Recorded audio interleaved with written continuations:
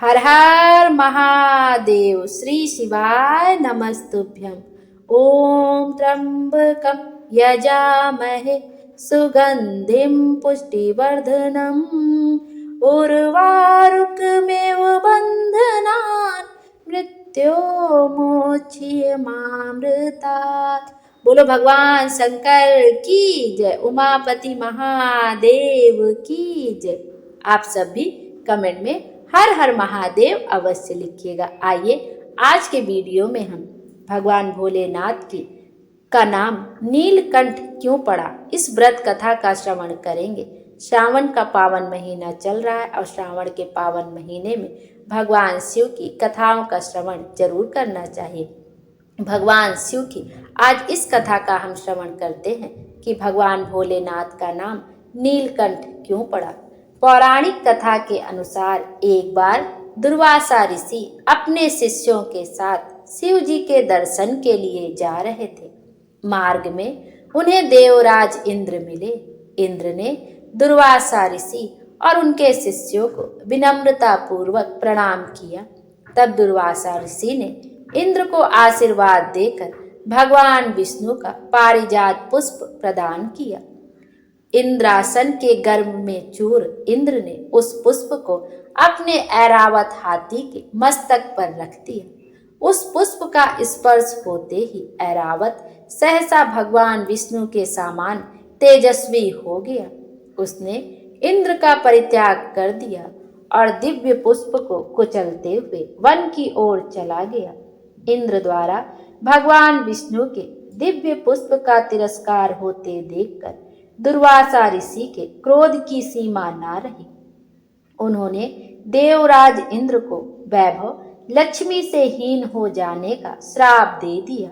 दुर्वासा मुनि के श्राप के फलस्वरूप लक्ष्मी जी उसी क्षण स्वर्गलोक को छोड़कर अदृश्य हो गई। लक्ष्मी के चले जाने से इंद्र आदि देवता निर्बल और धनहीन हो गए। उनका वैभव लुप्त हो गया।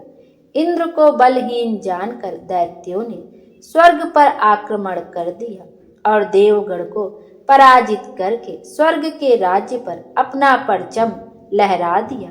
तब इंद्र देवगुरु बृहस्पति और अन्य देवताओं के साथ ब्रह्मा जी की सभा में उपस्थित हुए। तब ब्रह्मा जी बोले, देवेंद्र, भगवान विष्णु के भोग रूपी फूल का अपमान करने के कारण लक्ष्मी रुष्ट होकर भगवती लक्ष्मी तुम्हारे पास से चली गई हैं। उन्हें पुनः प्रसन्न करने के लिए तुम भगवान नारायण की कृपा दृष्टि प्राप्त करो। उनके आशीर्वाद से ही तुम्हें खोया धन वैभव पुनः मिल जाएगा। इस प्रकार ब्रह्मा जी ने इंद्र को आश्वस्त किया और उन्हें लेकर भगवान विष्णु की शरण में जा पहुँचे।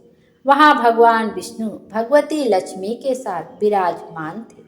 देवगण भगवान विष्णु की स्तुति करते हुए बोले, भगवान, आपके चरणों में हमारा बारंबार प्रणाम है।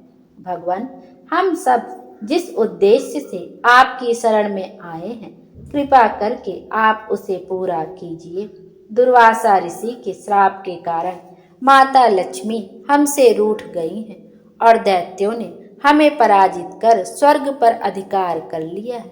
अब हम आपकी शरण में हैं, हमारी रक्षा कीजिए। भगवान विष्णु त्रिकालदर्शी थे। वे पल भर में ही देवताओं के मन की बात जान गए।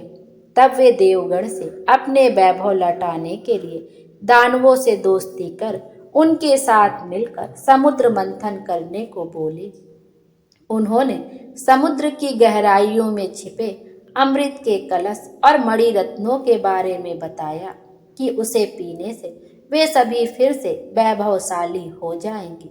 भगवान विष्णु के कहे अनुसार इंद्र सहित सभी देवता दैत्यराज बलि के पास संधि का प्रस्ताव लेकर गए और उन्हें अमृत के बारे में बताकर समुद्र मंथन के लिए तैयार कर लिया। समुद्र मंथन के लिए समुद्र में मंद्राचल को स्थापित कर वासुकी नाग को रस्सी बनाया गया। तत्पश्चात दोनों पक्ष अमृत प्राप्ति के लिए समुद्र मंथन करने लगे।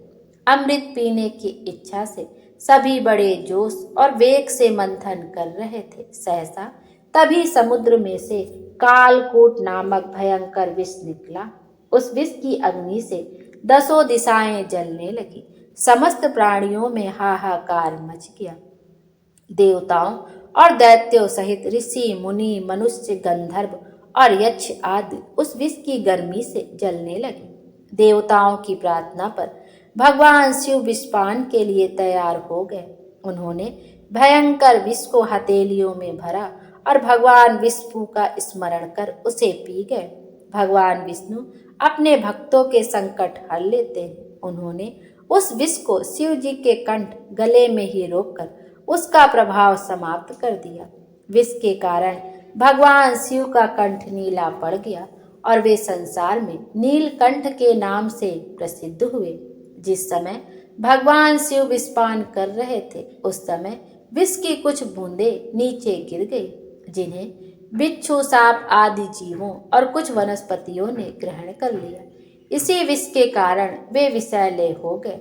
विष का प्रभाव समाप्त होने पर सभी देवगण भगवान शिव की जय जयकार करने लगे। हलाहल के बाद समुद्र से कामधेनु गाय प्रकट हुई। वह यज्ञ, हवन आदि सामग्री उत्पन्न करने वाली थी, अतः उसे ऋषि मुनियों ने ग्रहण किया। उसके बाद उच्च श्रैवा नामक 7 मुखों वाला एक अश्व निकला। वह चंद्रमा के समान श्वेत वर्ण का था। उसकी सुंदरता से प्रभावित होकर उसे दैत्यराज बलि ने ग्रहण कर लिया। समुद्र से श्वेत वर्ण का ऐरावत निकला। उसे अपना वाहन बनाने के लिए इंद्र ने ग्रहण कर लिया। इसके बाद कौस्तुभ नामक मणि प्रकट हुई। उसे श्री विष्णु ने धारण किया। समुद्र मंथन से कल्प वृक्ष तथा अनेक सुंदर अप्सराएं भी प्रकट हुई। इनके बाद ऐश्वर्य और भोगों की देवी माँ लक्ष्मी प्रकट हुई।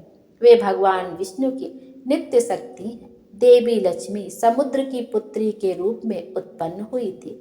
उन्होंने प्रकट होते ही भगवान विष्णु को वरमाला डालकर पति के रूप में स्वीकार कर लिया। अंत में समुद्र से एक दिव्य पुरुष प्रकट हुए। दिव्य वस्त्र आभूषणों से सुशोभित वे दिव्य पुरुष श्री विष्णु के अंश अवतार और आयुर्वेद के प्रवर्तक वैद्य धन्वंतरी थे। उनके हाथों में अमृत से भरा कलश था। उन्हें देखकर दैत्यों ने समुद्र मंथन छोड़कर उनसे अमृत का कलश छीन लिया। तब भगवान विष्णु ने मोहिनी अवतार धारण करके देवताओं को अमृत पान करवाया। इस प्रकार सभी देवी देवता वैभव से संपन्न होने के साथ साथ अमृत पान कर अमर हो गए। बोलो भगवान शंकर की जय। हर हर महादेव। श्री शिवाय नमस्तुभ्यं। तो यह एक पौराणिक कहानी थी कि भगवान को नीलकंठ क्यों कहा जाता है, भोले बाबा का नीलकंठ नाम क्यों पड़ा है। भोले बाबा हम सब की मनोकामना पूर्ण करें और हमारे जीवन को खुशियों से भर दे। Thank you.